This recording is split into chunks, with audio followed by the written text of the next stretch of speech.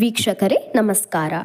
ಯೋಧರು ಹಗಲು ರಾತ್ರಿ ಎನ್ನದೇ ನಮ್ಮ ದೇಶನ ಕಾಯ್ತಾ ಇದ್ದರೆ ಅದೇ ದೇಶದ ಒಳಗೆ ಏನೆಲ್ಲ ಆಗ್ತಾ ಇದೆ? ಎಲ್ಲಿದೆ ನಮ್ಮ ದೇಶದೊಳಗೆ ಸೇಫ್ಟಿ? ಭದ್ರಾಪುರ ಗ್ರಾಮದ ವಾಸಿ ದಿವಂಗತ ಯಲ್ಲಪ್ಪ ಮತ್ತು ಶೀಲಾ ದಂಪತಿ ಪುತ್ರಿ 14 ವರ್ಷದ ಖುಷಿ ಭಾನುವಾರ ಸಂಜೆಯೇ ಕಣ್ಮರೆಯಾಗಿದ್ದು, ಸೋಮವಾರ ಬೆಳಗ್ಗೆ ಗ್ರಾಮದ ಬಳಿ ಇರುವ ರೈಲ್ವೆ ಹಳಿಯ ಪಕ್ಕದ ಹಳ್ಳಿಯಲ್ಲಿ ಬಾಲಕಿಯ ಶವ ಪತ್ತೆಯಾಗಿತ್ತು. ಹೋಬಳಿ ವ್ಯಾಪ್ತಿಯ ರೈಲು ಹಳಿ ಬಳಿ 3 ದಿನದ ಹಿಂದೆ ಅರೆ ನಗ್ನಾವಸ್ಥೆಯಲ್ಲಿ ಪತ್ತೆಯಾದ ಮಾತು ಬಾರದ ಮತ್ತು ಕಿವಿ ಕೇಳದ 14 ವರ್ಷದ ಬಾಲಕಿ ಶವ ಪ್ರಕರಣ ದಿನದಿಂದ ದಿನಕ್ಕೆ ತಿರುವು ಪಡೆಯುತ್ತಿದೆ. ಹಕ್ಕಿಪಿಕ್ಕಿ ಸಮುದಾಯಕ್ಕೆ ಸೇರಿದ ಬಾಲಕಿ ಕೊಲೆಗೂ ಮುಂಚೆ ಅತ್ಯಾಚಾರ ಎಸಗಲಾಗಿದೆ ಎಂದು ಕುಟುಂಬದವರು ಮತ್ತು ಗ್ರಾಮಸ್ಥರು ಬಲವಾದ ಶಂಕೆ ವ್ಯಕ್ತಪಡಿಸಿದ್ದಾರೆ. ಪ್ರಕರಣ ದಾಖಲಿಸಿಕೊಂಡಿರುವ ಬಿಡದಿ ಪೊಲೀಸರು 2 ದಿನದ ಹಿಂದೆಯೇ ಶವದ ಮರಣೋತ್ತರ ಪರೀಕ್ಷೆ ಮುಗಿಸಿ ಹಸ್ತಾಂತರಿಸಿದರೂ ಅಂತ್ಯಕ್ರಿಯೆ ನಡೆಸದೆ ಮನೆ ಮುಂದೆಯೇ ಇಟ್ಟುಕೊಂಡು ಪ್ರತಿಭಟನೆ ನಡೆಸಿದ್ದಾರೆ. ಪರೀಕ್ಷೆ ವರದಿ ಬರುವವರೆಗೆ ಶವ ತೆಗೆಯುವುದಿಲ್ಲ ಎಂದು ಪಟ್ಟು ಹಿಡಿದಿದ್ದಾರೆ.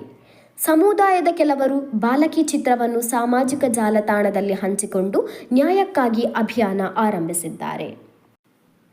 ಅತ್ಯಾಚಾರವೆಸಗಿ ಕೊಲೆ ಮಾಡಲಾಗಿದೆ ಎಂದು ಆರೋಪ ಕೇಳಿಬಂದಿರುವ ಹಿನ್ನೆಲೆಯಲ್ಲಿ ಹಂತಕರನ್ನು ಬಂಧಿಸುವವರೆಗೂ ಬಾಲಕಿಯ ಅಂತ್ಯ ಸಂಸ್ಕಾರ ಮಾಡಲ್ಲ ಎಂದು ಪೋಷಕರು ಪ್ರತಿಭಟನೆ ನಡೆಸಿದ್ದಾರೆ.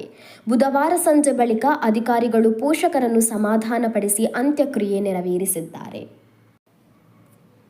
ಮತ್ತೊಂದೆಡೆ ಜಿಲ್ಲಾ ಕೇಂದ್ರ ರಾಮನಗರದಲ್ಲಿ ಸಮುದಾಯದವರು ಪ್ರತಿಭಟನೆ ನಡೆಸಿ ಆರೋಪಿಗಳ ಬಂಧನಕ್ಕೆ ಆಗ್ರಹಿಸಿದ್ದಾರೆ. ಕರ್ನಾಟಕದ ಪರಿಶಿಷ್ಟ ಜಾತಿ ಮತ್ತು ಪಂಗಡಗಳ ಅಲೆಮಾರಿ ಅಭಿವೃದ್ಧಿ ನಿಗಮದ ಅಧ್ಯಕ್ಷೆ ಜಿ. ಪಲ್ಲವಿ ಗ್ರಾಮಕ್ಕೆ ಹಾಗೂ ಪ್ರತಿಭಟನಾ ಸ್ಥಳಕ್ಕೆ ಭೇಟಿ ನೀಡಿದ್ದಾರೆ.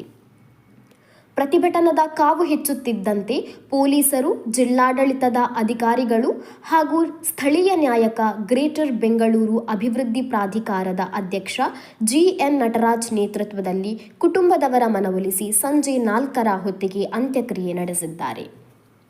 ವಿಷಯ ತಿಳಿದು ಉಪಮುಖ್ಯಮಂತ್ರಿ ಡಿ.ಕೆ. ಶಿವಕುಮಾರ್ ಗ್ರಾಮಕ್ಕೆ ಬುಧವಾರ ಸಂಜೆ 5:30ಕ್ಕೆ ಭೇಟಿ ನೀಡಿ ಕುಟುಂಬದವರಿಗೆ ಸಾಂತ್ವನ ಹೇಳಿದ್ದಾರೆ. ಸಮಾಜ ಕಲ್ಯಾಣ ಇಲಾಖೆ ವತಿಯಿಂದ 5 ಲಕ್ಷ ಮೊತ್ತದ ಪರಿಹಾರದ ಚೆಕ್ ಹಾಗೂ ಗ್ರಾಮ ಪಂಚಾಯಿತಿ ವತಿಯಿಂದ ಅಂತ್ಯ ಸಂಸ್ಕಾರಕ್ಕೆ 50,000ದ ಚೆಕ್ ಅನ್ನು ಬಾಲಕಿ ತಾಯಿಗೆ ವಿತರಿಸಿದ್ದಾರೆ. ಯಾವುದೇ ಒತ್ತಡ ಮತ್ತು ಪ್ರಭಾವಕ್ಕೆ ಮಣಿಯದೆ ಎಲ್ಲ ಆಯಾಮಗಳಿಂದಲೂ ಪ್ರಕರಣದ ತನಿಖೆ ನಡೆಸಿ ನ್ಯಾಯ ಒದಗಿಸುವುದಾಗಿ ಭರವಸೆ ನೀಡಿದ್ದಾರೆ. ಜಿಲ್ಲಾ ಪೊಲೀಸ್ ವರಿಷ್ಠಾಧಿಕಾರಿ ಶ್ರೀನಿವಾಸ್ ಗೌಡ ಅವರ ಮಾರ್ಗದರ್ಶನದಲ್ಲಿ ರಾಮನಗರದ ಡಿವೈಎಸ್ಪಿ ಶ್ರೀನಿವಾಸ್ ಹಾಗೂ ಬಿಡದಿ ಠಾಣೆ ಇನ್ಸ್ಪೆಕ್ಟರ್ ಶಂಕರ್ ನಾಯ್ಕ್ ಅವರನ್ನು ಒಳಗೊಂಡ ಪೊಲೀಸರ 3 ತನಿಖಾ ತಂಡಗಳನ್ನು ರಚಿಸಲಾಗಿದ್ದು, ಬಾಲಕಿಯ ಹಂತಕರ ಶೋಧ ಕಾರ್ಯಕ್ಕೆ ಚುರುಕು ನೀಡಲಾಗಿದೆ. ಕೊಲೆ ಪ್ರಕರಣದ ಮಾಹಿತಿ ಕಲೆ ಹಾಕುತ್ತಿದ್ದು, ಕಳೆದ ಕೆಲ ದಿನಗಳಿಂದ ಅನುಮಾನಾಸ್ಪದ ರೀತಿಯಲ್ಲಿ ಓಡಾಡುತ್ತಿದ್ದ ವ್ಯಕ್ತಿಗಳು ಹಾಗೂ ವಾಹನಗಳ ಮಾಹಿತಿ ಕೂಡ ಸಂಗ್ರಹಿಸಲಾಗುತ್ತಿದೆ. ಬಾಲಕಿಯ ಮೇಲೆ ಅತ್ಯಾಚಾರ ಆಗಿರಬಹುದೆಂಬ ಶಂಕೆ ವ್ಯಕ್ತವಾಗಿದ್ದು, ಪೊಲೀಸರು ಅದನ್ನು ನಿರಾಕರಿಸಿದ್ದಾರೆ. ಎಸ್ಎಫ್ಎಲ್ ಹಾಗೂ ಮರಣೋತ್ತರ ಪರೀಕ್ಷೆಯ ವೈದ್ಯಕೀಯ ವರದಿ ಹೊರಬಂದ ನಂತರವೇ ಪ್ರಕರಣದ ಸತ್ಯಾಂಶ ಏನೆಂದು ಬೆಳಕಿಗೆ ಬರಲಿದೆ. ಧನ್ಯವಾದಗಳು.